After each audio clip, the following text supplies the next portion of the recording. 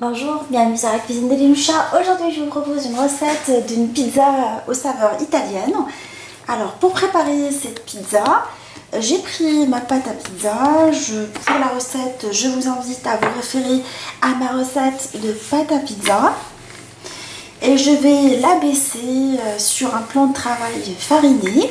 Alors je rappelle que je l'ai laissé lever, je l'ai dégazé comme on a l'habitude de faire pour les pizzas.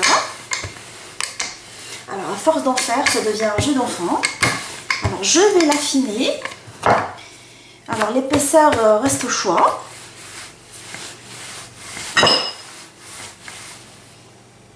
Alors une fois que je l'ai abaissé, je l'ai transvasé dans une plaque tapissée de papier cuisson. Et là, à l'aide de mes doigts, je vais les enfoncer dans la pâte histoire de l'abaisser et en même temps pour permettre à la farce d'adhérer correctement. Il existe des appareils qui permettent de le faire, mais moi je préfère le faire avec vos doigts. Alors pour préparer la sauce d'accompagnement de ma pizza, j'ai pris de la crème fraîche entière à laquelle je vais rajouter du pesto préparé selon ma recette de pesto. C'est une sauce italienne à base de basilic, d'huile d'olive et pignon de pain qui parfume très bien les sauces, les plats, les pizzas et surtout les pâtes. Alors je mélange ma sauce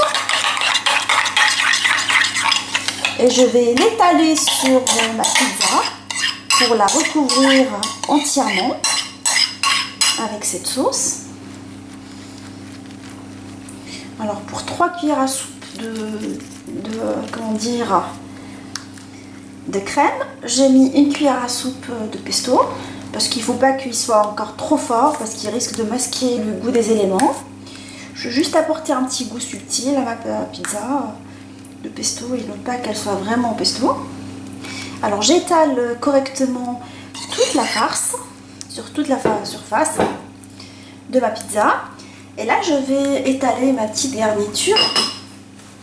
Alors, j'ai choisi de mettre comme garniture du salami. J'ai pris du salami d'Inde pour rester dans l'esprit de la pizza italienne. Alors, je vais le couper en morceaux que je vais répartir sur toute la pizza.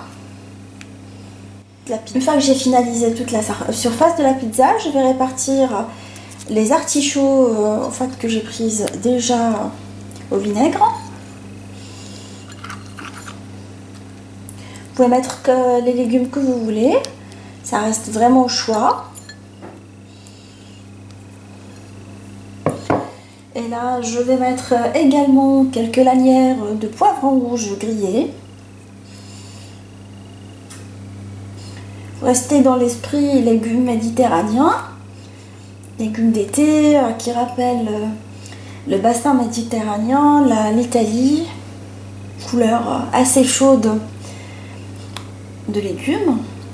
Alors je répartis toutes les lanières de poivrons grillés et j'ajoute par-dessus de la tomate séchée.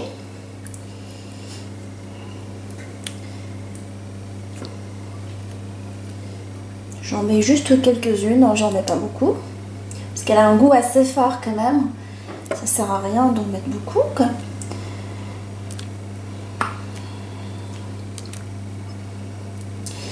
Et je vais finir avec la mozzarella que j'ai coupée en rondelles. J'ai pris de la mozzarella en boule cette fois-ci. Alors je la répartis également sur toute la surface de ma pizza. Je mets quelques olives noires pour donner de la couleur et de la saveur à ma pizza et je vais l'enfourner dans un four préchauffé à 180 pendant 20-25 minutes en surveillant la cuisson parce que j'ai mis la pâte moyennement épaisse. Du coup, elle va prendre plus longtemps que d'habitude. Et on se retrouve pour la présentation finale de ma pizza.